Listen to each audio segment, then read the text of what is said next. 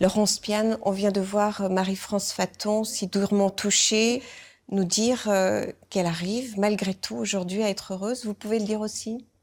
Oui, j'ai trouvé admirable d'ailleurs parce qu'elle a été peut-être encore plus durement touchée que moi, si ça se peut.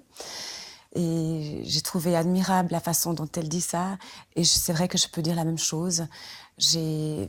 Moi, ce qui me porte, ce qui me rend heureuse, c'est première chose de voir mes deux enfants qui sont devenus des jeunes adultes, bien dans la vie, bien avec les gens qu'ils aiment, bien dans leur vie d'adulte, de jeunes adultes. Ça, pour moi, c'est un véritable bonheur et je suis très fière d'eux.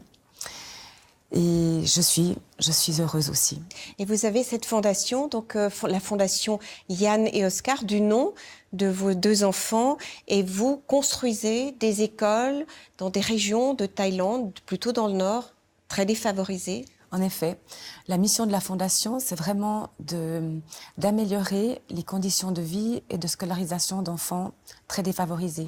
Des enfants aussi qui habitent par exemple trop loin de leur lieu d'école, qui doivent rester à l'école. C'est pour ça qu'on construit non seulement des écoles, mais aussi des dortoirs, des cantines, des infrastructures scolaires. Et ce sont des enfants d'ici, des enfants de Lausanne, de la région lausannoise, qui vont avec vous sur place pour construire ces écoles. Chaque année, j'emmène une dizaine de jeunes avec moi. Et quand ces jeunes rentrent en Suisse, une des premières choses qu'ils disent, c'est merci à leurs parents de leur avoir donné la possibilité d'aller à l'école. Et puis, on a beaucoup de choses chez nous. Hein.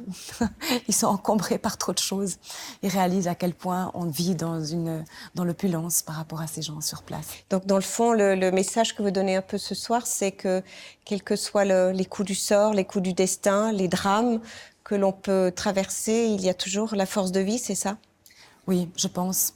C'est ça, la force de vie, c'est ça. Je me souviens d'un petit film qu'avait tourné ma sœur lorsqu'elle est allée en Thaïlande.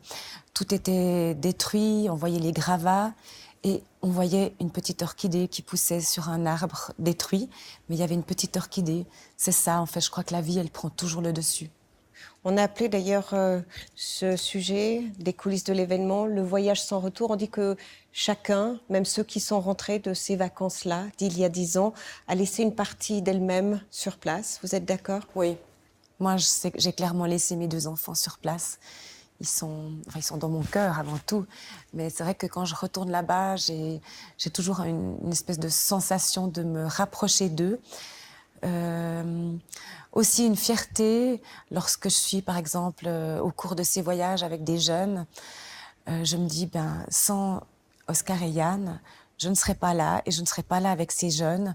Et je suis fière, en fait, qu'ils m'aient donné la possibilité de faire ça. C'est comme s'ils m'avaient transmis une mission à accomplir. Laurence Piane, merci.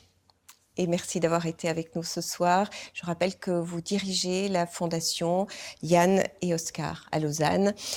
Marie-France Faton, elle, a repris l'entreprise de son mari, entreprise de terrassement au Locle. Elle garde toujours dans son jardin le petit avion en bois que son époux avait construit à l'époque pour Yann et pour Tristan. Florent Brancucci, enfin, a un magasin d'instruments de musique à Delémont.